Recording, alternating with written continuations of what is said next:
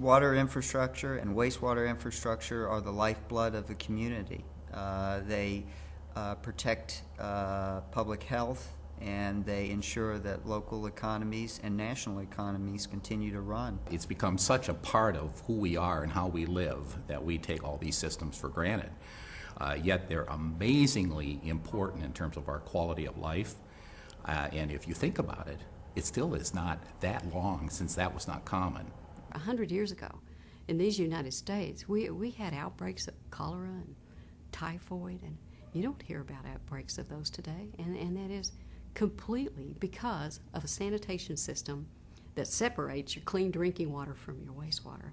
We are charged with having a system that promotes public health, that ensures clean water and clean rivers and streams. So we don't really have a choice on any front to ignore the infrastructure that's underground. If you don't have the infrastructure underground working well and able to accommodate the natural flow and use that is demanded by a growing city, then there's no way you're going to have economic development, jobs, and a healthy economy. We've done a pretty decent job up to this point as water and wastewater managers, but in order to take this infrastructure where it needs to go in the future, we're going to have to step up the way that or improve the way that we actually manage the systems.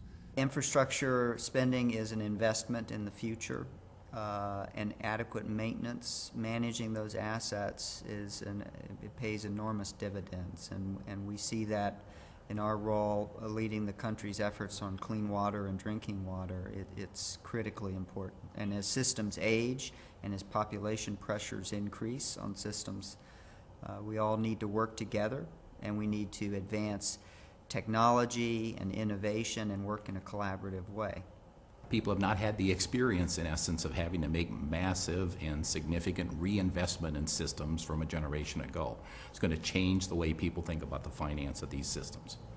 We're in a situation here where we're asking the public to make huge investments in these systems, and I think it's incumbent upon the industry to demonstrate the highest level of best practices, management practices, technical capability, in designing and building these systems, maintaining these systems, and operating these systems going forward. This is an infrastructure that has to be maintained and upgraded for the rest of our lives. Part of the real story is that now we're at a point where it's really the states and the localities and the ratepayers and everybody who has a stake in infrastructure taking the important next step and to go down the path of sustainability, to have important investments in that upgrading and in maintaining the infrastructure. I saw an advertisement on television, it's been a couple of years ago, and I don't remember what the product or the service was that they were selling, but part of the setup to it was, some things are free, like water. And I reacted to that. I thought, water isn't free. And if that's where we are in terms of the public mind, that water is free because you can turn on the tap and here it comes, then we have a long way to go to convince people that, in fact, there is an infrastructure issue. It's going to take a lot of money, and we better get on with it. Things will not get better if we do nothing.